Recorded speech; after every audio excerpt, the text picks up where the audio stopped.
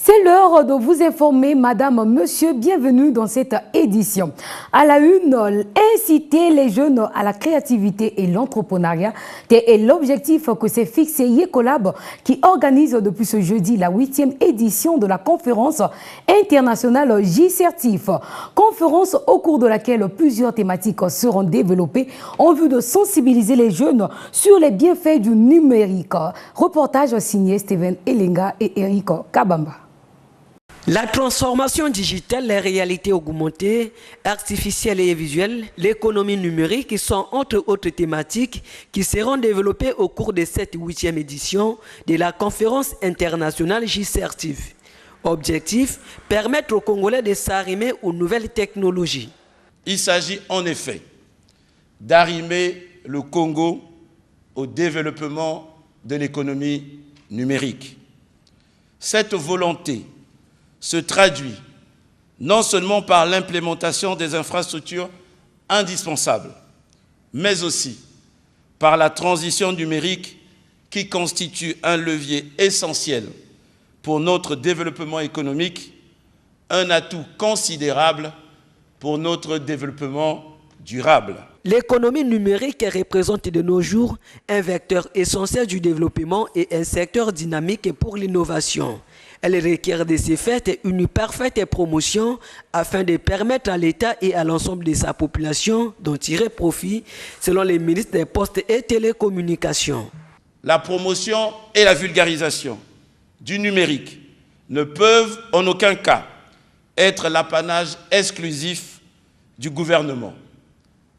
Elle implique la participation de tous les acteurs pour accompagner le développement tant souhaité.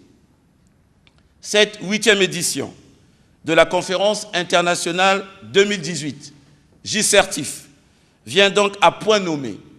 Elle constitue un cadre idéal pour permettre aux décideurs publics et privés, aux professionnels, ainsi qu'au public d'échanger et de partager les expériences dans le domaine du numérique et offrira, à n'en point douter, aux entreprises et aux start-up la possibilité de se faire connaître et d'assurer leur promotion.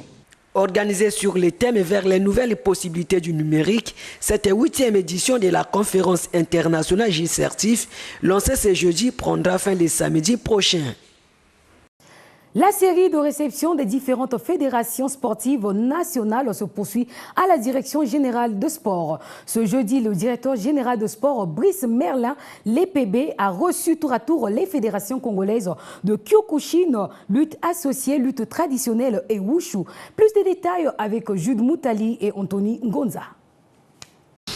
Échanger avec les dirigeants des différentes fédérations sportives nationales sur leur programme d'activité pour la nouvelle saison sportive 2018-2019 qui s'ouvrira le 1er octobre prochain. Voilà entre autres objectifs que poursuit le directeur général des sports en initiant cette série de réceptions. Pour la Fédération congolaise de Wushu, par exemple, l'accent sera mis sur la vulgarisation de cette discipline à travers tout le pays. On a parlé sur la vulgarisation, la formation et les compétitions internationales. Nous allons procéder par des démonstrations dans tous les départements et ensuite installer les ligues là où il n'y en a pas encore. Du côté de la Fédération congolaise de lutte traditionnelle et grappling, le programme d'activité pour la nouvelle saison sportive est chiffré à 92 millions. En tout cas, ce programme est vraiment bien riche en couleurs parce que, tel que le ministre du Sport l'avait voulu, que nous vulgarisons l'activité puisque la lutte traditionnelle n'est pas beaucoup connue au niveau national. Donc c'était plus le volet vulgarisation et puis le volet formation. Cette série de réceptions qui a débuté le 24 septembre dernier se poursuit. Il faut signaler qu'un peu plus tôt, le directeur général des sports s'était entretenu avec les fédérations sportives de Kyokushin et de lutte associée. L'article 55 de l'actuelle loi fondamentale prévoit la déclaration de leur patrimoine par les citoyens nommés ou élus à une haute fonction. Le Conseil des ministres du 20 septembre dernier avait adopté le projet de loi précisant les modalités pratiques d'accomplissement de cette disposition constitutionnelle. Ce mercredi, dans la capitale, notre équipe de reportage a recueilli les avis de Brazzavillois à propos de ce projet de loi. Jude Moutali, une fois de plus, mais cette fois-ci avec Eric Kabamba. La nouvelle sur le projet de loi rendant obligatoire la déclaration de leur patrimoine par les citoyens élus ou nommés à une haute fonction est bien accueillie par les Brazzavillois. C'est un projet de loi adopté lors du récent Conseil des ministres. Ça ne peut qu'être une bonne chose parce que en Europe ou dans les pays nantis, apparemment ça a déjà fait de fruits. Je crois au vu de ce qu'on est en train de vivre, ce serait une bonne chose. C'est une bonne chose parce que c'est pour la première fois. Toute personne nommée doit déclarer son patrimoine devant une structure compétente. J'espère que cela se fera sans complaisance. On aurait souhaité que cela soit dit avant. Parce que dans d'autres pays, c'est ce qui se passe. Hein? Dans d'autres pays, c'est ce qui se passe. On déclare les biens. Et quand il y a un surplus de biens par rapport à votre déclaration de biens, bien bon, voilà, vous êtes poursuivi. Ce projet de loi qui précise les modalités pratiques d'accomplissement de cette disposition constitutionnelle, une fois adoptée par le Parlement, changera le logiciel comportemental des Congolais, ont indiqué ces Brazzavillois. Bon, c'est déjà un pas. Il faut commencer toujours par une chose. Si au moins on commence déjà à entamer, le début est toujours une bonne chose déjà. Le fait d'y penser déjà, ça permettra à certaines personnes d'avoir un peu une restriction là sur la même mise sur des biens. J'espère que ça pourra mettre fin à une politique d'abus. Parce qu'il y a des gens qui pensent que quand ils sont nommés, ils ont le pouvoir de faire n'importe quoi dans le service public. Une telle décision, je crois qu'elle est la bienvenue. Hein? Elle est la bienvenue que les gens déclarent d'abord leurs biens. Et pour qu'on sache qu'est-ce qu'ils ont eu mais là, après ces nominations-là. Ici, le seul bémol reste l'application et le suivi de ces textes ont-ils renchéri.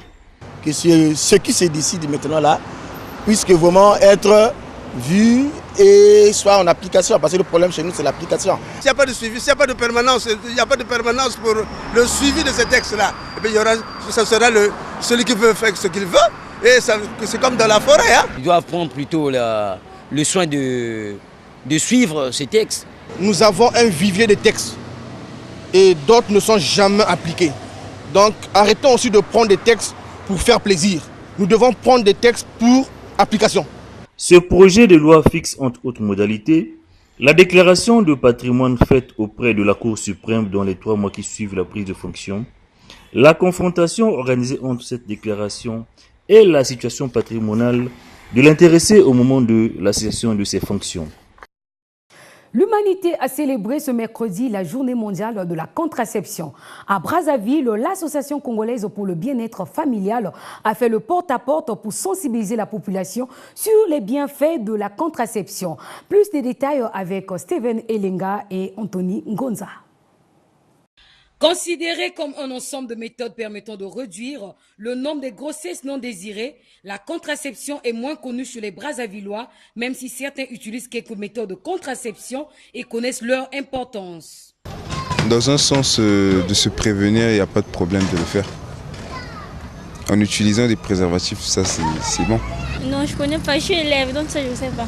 La préservatif, ouais, je connais que la préservatif. Pour éviter la grossesse, non, et les maladies transmissibles. Les plus simples, utiliser par exemple les préservatifs. Comme des pilules. Des pilules, oui. Moi, c'est ce que j'utilise, mais il y en a plein. La contraception, c'est les différentes méthodes que l'on utilise pour éviter les grossesses. Alors, pouvez-vous nous citer quelques-unes que vous connaissez? Le préservatif, le stérilet. Et vous en utilisez aussi? Ah non, désolé, moi je ne fais pas de rapport sexuel. L'abstinence, le calcul du cycle menstruel, le préservatif, la pilule, l'injectable, le supermicide, le plano sont autres produits et méthodes contraceptifs qu'on peut utiliser dans un couple, a déclaré Madame Marie-Fanny Lolo Dinkonko, sage-femme à l'Association congolaise pour le bien-être familial, et donne ici leurs avantages. Vous êtes sans ignorer que l'hémorragie aujourd'hui est la première cause de la mortalité maternelle. Donc la contraception vient pour donner un repos à la femme pour qu'elle soit en bonne santé, pour qu'elle soit que le bien-être familial soit là, parce que elle n'aura plus crainte d'une nouvelle grossesse. Et la contraception aussi a un grand avantage pour l'enfant. Pourquoi? Parce que ça donne à l'enfant le temps de rester longtemps avec sa mère, longtemps au sein, et puis cet enfant va bénéficier de la protection, va bénéficier aussi de l'attention de sa mère. C'est aussi un avantage pour le mari parce qu'il peut aller normalement avec sa femme sans crainte d'une grossesse ou sans rétraction de la femme. Selon l'Organisation mondiale de la santé, chaque année, plus de 80 millions de grossesses non désirées sont enregistrées dans le monde. Parmi elles, un cas se termine par des avortements de fortune dans les conditions d'hygiène et de sécurité précaires, entraînant ainsi plus de 70 000 décès.